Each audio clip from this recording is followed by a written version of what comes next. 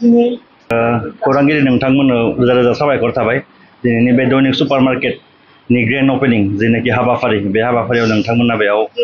बाहागो लाफैनो थाखाय आरो एसे हेफाजाब होनायनि थाखाय रोजा रोजा साबायखर बाव आरो जोंनिनाखि बे जि दैनिक सुपारमार्केट बे नामावनो जों एसे गोसो होयोब्ला मिथियो जे दैनिक माने जाहैबाय जोंनि दैनन्दिन जिबननि हदाय जेनाखि लागতিয়াल बुस्थु बेफोरनिफ्राय जोंना आरम्भ जायो बेयाव जोंना दालि संख्रि थावनिफ्राय लानानै जेनाखि बे हलसेल रेटआव मोनगोन बेनिफ्राय लानानै जोङो गथ' गोरलैनि जेनाखि इंलिसाव बुंनो थाङोब्ला बेबी एक्सेसरिज बेफोरो फिडिं बटलनिफ्राय लानानै मोजां मोजां एप्रन थागोन आरो बायदिसिना गेलेनाय बुस्थुफोर बेफोर बायदिसिना मोनजोबगोन लोगोसे आरो जेनाखि क्रकारि आइटेम होनो जेनाखि किचेननि बेयाव गिलास थोरसि लथा बेफोरखौ न'नि थाखायबो लांनो हागोन आरो मालाबाफोर हाबा बा बायदिसिना हाबाफोराव थांबाथाय गिफ्टफोर बेफोरखौबो जोङो बेयाव आरामसे पेकिं खालामनानै मोजां मोजां गिफ्ट डाइरेक्ट जायगानिफ्राय दिल्ली मुम्बाइनिफ्राय सफैनायाव मोजां मोजां माल खम दामावनो बेखौ जों मोननो हागोन लोगोसे आरो मबाइल एक्सेसरिज थाबाय लोगोसे जोंनाव स्पर्ट्सनि आइटेम्सफोरखौ बेयाव मोनगोन लोगोसे गथ'फोरनि स्टेशनारि जेनाखि कागज कलम बहि कलम बेफोरखौ बायदिसिना सब बुस्थुखौनो बेयाव मोननो हागोन आरो जोंहा खम दामावनो बेखिनिखौ बुंथ'बाय दिनै नैबे सिमेन्ट सापरि सारियालियाव जा दिनै दैनिक सुपार मार्केट मोनसे खुलिदों आरो बे खुलिनाय जोंनि इयुन जोलैनि जाखांफुनाय जोंनि सानै सेंग्राया बर'फोरनि फिसाफोरनि गेजेराव जोनोम मोननाय बिसोरो दिनै सिमेन्ट सापरि बे ओनसोलखौ बे जायगाखौ बिसोरनि बे दैलिक सुपार मार्केटआव सोफैनाय जेसेबां बेसादफोर बे बेसादा सिमेन्ट सापरिखौ आरो मोनसे खलब दावखोनाय माबायाव थाखोआव बोखोबाय बे सानै जोंनि लाइमोन सेंग्रा जोंनि बर'फोरनि गेजेराव बुंनो थाङोब्ला मोजां मोनसे क्वालिफिकेसन लानानै दिनै बाहाय गावनि रोंनायजों गावनि मोनसे जिउ खांनायनि राहा दान बान्था मोननायनि गेजेरजों गावबो थांबाय मालायखौ फोथांबाय लिभ एन्ड लेट लिभ नैबे थांखिखौ लानानै दिनै बे सिमेन्ट सापरियाव दैनिक सुपार मार्केटखौ खुलिना होदों दिनै बे मोजां पुर्निमा तिथियाव दिनैनि बे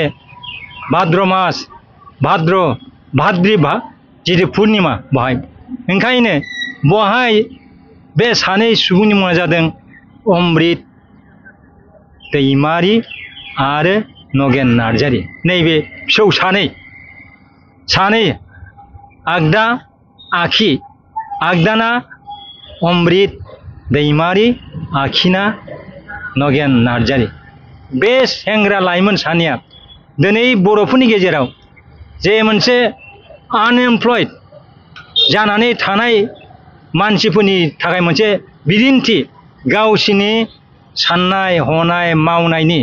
जे मोनसे थानांगौ अलसिया जानाङा बर' हारिनि लाइमोनफ्रा बेखौ दिनै फोरोंदों बहाय सिमेन्ट सापरिनि बाहाय कारेन्टनि मोनसे टावार दं बहायनो बे दखाना दिनै एकदम मोखाङाव दंथारो बहाय बयबो दिनै जानायनि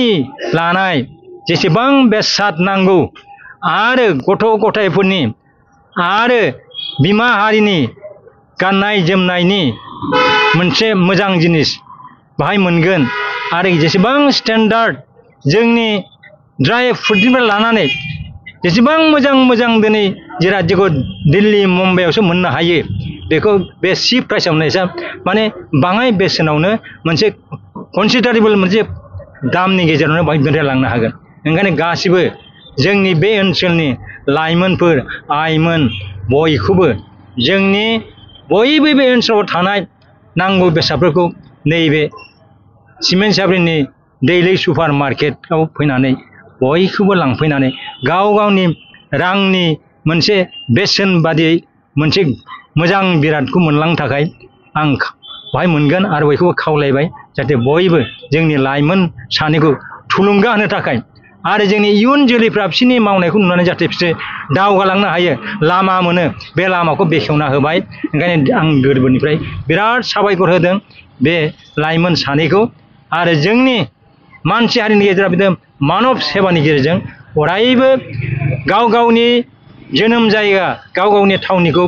गोजौ थाखोआव बोखोनायनि मोनसे हाबाफारि आरो मोजां बेसादखौ मानसिनो जाहोनायनि मोनसे थांखि लानानै खालि रां खामायनायल' नङा